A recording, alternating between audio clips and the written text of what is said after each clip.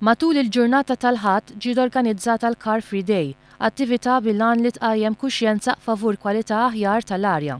Din l-attività tagħmel parti minn sensiela ta' attivitajiet li l-Ministeru għall-Iżvilupp Sostenibbli l-Ambjent u t-Tibdil fil-Klima flimkien ma' Ministeri u entitajiet oħra organizza tul ix-xahar ta' Settembru favur kwalità tal-arja aħjar. Kollox ħadu żemm 10 kunsilli lokali: Santa Venera, Ħaddingli, Kalkara, Melliħa, Ħallija, Florjana, Fkura, Ħattart, Birku u Għajnsielem. Kull kunsill organizza għata attivitajiet biex permezz tagħhom iwassal messaġġ favur il-bżonn li jkollna arja nativa.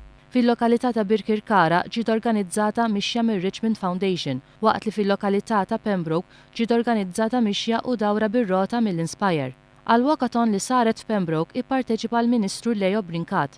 Il-mixja naħseb hija waħda minn sensiela ta' attivitajiet li tiġu organizzati llum bħala parti mill-Car Free Day, fis-sens li mhux biss ma ħaġux bil-karozza, imma qed jirrikorru għal stil alternattiv ta' kif nistgħu nużaw il-ħin liberu tagħna. Jiena minn hawn nixtieq nirringrazzja l-NGOs kollha li ħadu sehem u l-kunsilli lokali mhux biss għas-sehem tagħhom, imma anke l-ideat innovattivi u kreattivi li ħarġu bihom. Permezz tek batu sinjal li lin mill-organizzazzjoni tagħhom li pubbliku Maltin ġenerali li ma jistgħux naċċettaw is-sitwazzjoni tibqa' kif inhi jekk iridu verament ambjent aħjar u arja iktar nadifa.